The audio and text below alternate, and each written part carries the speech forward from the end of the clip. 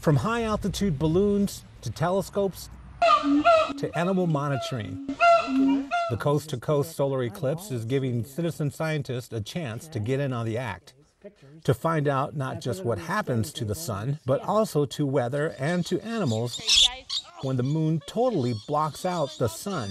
We're asking guests to come out to the zoo that day, and during that 3-hour time period when the moon starts to pass in front of the sun to the time that it's completely passed, observe animals and let us know what you see.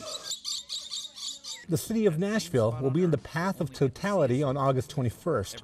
The zoo plans to have visitors crowdsource their findings on the iNaturalist app to see how the animals react. A lot of animals will just have vocalizations for specific things, and some of the primates have vocalizations for a lot of different things. Like they're very social, their vocalizations, so they could vocalize to each other just to kind of alert the other group members that something weird is going on. For the past 2 years, students have been working on science experiments that will go on high-altitude balloons. High schools and universities organized by the Montana Space Grant will launch 57 of the balloons that will float 100,000 feet above the ground. They'll be able to provide live footage from the edge of space as the moon's shadow zooms across the United States. Between NASA and the National Science Foundation, the federal government is spending about $7.7 million on this eclipse. Scientists are trying to better understand the physics in the thin layer of the sun's atmosphere just above its surface, which is clearly visible during the 2.5 minutes of an eclipse.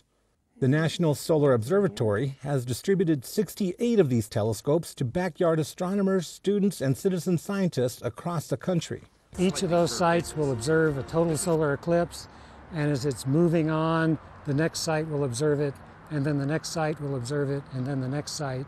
The Citizen Continental America Total Eclipse Experiment will result in an unprecedented 90-minute detailed view of the corona.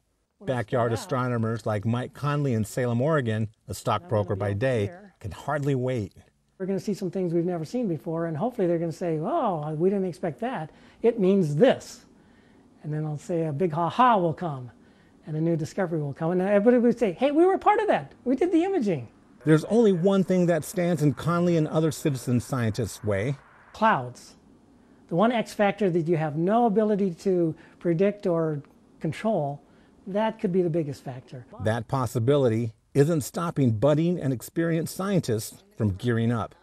Peter Banda, The Associated Press, Boulder, Colorado.